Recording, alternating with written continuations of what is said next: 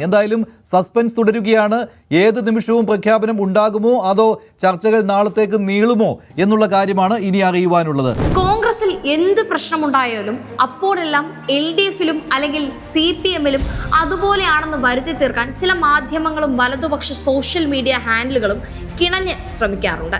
മുഖ്യമന്ത്രി ചർച്ചയുമായി ബന്ധപ്പെട്ട് കോൺഗ്രസിലും UDFിലും നടക്കുന്ന തമ്മിലടിയെ ബാലൻസ് ചെയ്യാൻ ഇവരിപ്പോൾ പ്രയോഗിക്കുന്ന തന്ത്രം LDF കാലത്തും ഇങ്ങനെയായിരുന്നു എന്ന തരത്തിലുള്ള പ്രചരണമാണ്. പിണറായി സർക്കാർ അധികാരത്തിൽ വന്ന 2016ലും LDFിന് തുടർഭരണം ലഭിച്ച 2021ലും മുഖ്യമന്ത്രിയെ തെരഞ്ഞെടുക്കാൻ വൈകിയെന്ന നുണപ്രചരണമാണ് ഇപ്പോൾ ഇവർ നടത്തിപ്പോരുന്നത്. ചില ചാനൽ മാധ്യമ പ്രവർത്തകരും രാഷ്ട്രീയ നിരീക്ഷക വേഷമിട്ട ചാനൽ ചർച്ചക്കാരുമൊക്കെയാണ് UDFിനെ വെളുപ്പിക്കാൻ ഈ പച്ചക്കള്ളം പ്രചരിപ്പിക്കുന്നത്. നമുക്കാദ്യം 2016ലെ കാര്യം തന്നെ എടുത്തു പരിശോധിക്കാം. പിണറായി വിജയനായ ഞാൻ കേരള സംസ്ഥാനത്തെ ഒരു മന്ത്രി എന്ന നിലയിൽ 2016 മെയ് 16 സംസ്ഥാനത്ത് തെരഞ്ഞെടുപ്പ് നടന്നത്. ഫലപ്രഖ്യാപനം വന്നത് മെയ് 19.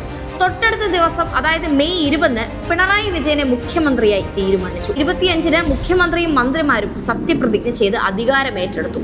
അതായത് തെരഞ്ഞെടുപ്പ് ഫലം വന്ന് 7ാം ദിവസം മുഖ്യമന്ത്രിയും മന്ത്രിമാരും സത്യപ്രതിജ്ഞ ചെയ്തു, അഥവാ സർക്കാർ നിലവിൽ വന്നു. ഇന്നിപ്പോൾ ഫലം വന്ന് 8 ദിവസവും ഈ നിമിഷം വരെയും മുഖ്യമന്ത്രിയെ പോലും തീരുമാനിച്ചിട്ടില്ല. പിന്നെയല്ലേ മന്ത്രിമാരും വകുപ്പും ഒക്കെ. ഇനി 2021ലെ 2ാം പിണറായി സർക്കാരിന്റെ കാര്യം.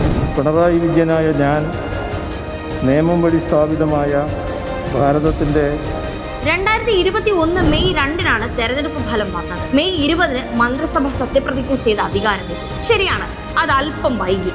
പക്ഷേ അന്ന് കേരളത്തിൽ സാഹചര്യം എന്തായിരുന്നു? കോവിഡ് നിയന്ത്രണം നിലനിൽക്കുമ്പോഴാണ് തെരഞ്ഞെടുപ്പ് ഫലം പുറത്തു വന്നത്. ദിവസങ്ങൾക്കുള്ളിൽ അതായത് മെയ് 8 കേരളത്തിൽ സമ്പൂർണ്ണ ലോക്ക്ഡൌൺ പ്രഖ്യാപിച്ചു. 8 ദിവസത്തേക്ക് പ്രഖ്യാപിച്ച ലോക്ക്ഡൌൺ പിന്നീട് കോവിഡ് വ്യാപിച്ചതോടെ നീട്ടേണ്ടി വന്നു. അല്ലാതെ മുന്നണിയിലെയോ പാർട്ടിയിലെയോ ആഭ്യന്തര പ്രശ്നങ്ങൾ കാരണമായിരുന്നില്ല ആ തീരുമാനം. അന്നത്തെ അവസ്ഥ അതായിരുന്നു. പിന്നീട് കോവിഡ് പ്രോട്ടോകോൾ പാലിച്ച് മെയ് 20 സെൻട്രൽ സ്റ്റേഡിയത്തിൽ നടന്ന ചടങ്ങിൽ പിണറായി വീണ്ടും കേരളത്തിന്റെ മുഖ്യമന്ത്രിയായി സത്യപ്രതിജ്ഞ ചെയ്ത് അധികാരമേറ്റു. മുഖ്യമന്ത്രിയോ മന്ത്രിമാരെയോ ചൊല്ലി LDFിലോ CPMലോ ഒരു എതിരഭിപ്രായവും ഉണ്ടായിരുന്നില്ല. ഇനി ഇതാണോ ഇപ്പോൾ UDFന് അധികാരം കിട്ടിയ സമയത്ത് നടക്കുന്നതെന്ന് ജനങ്ങൾ തന്നെ ചിന്തിക്കട്ടെ.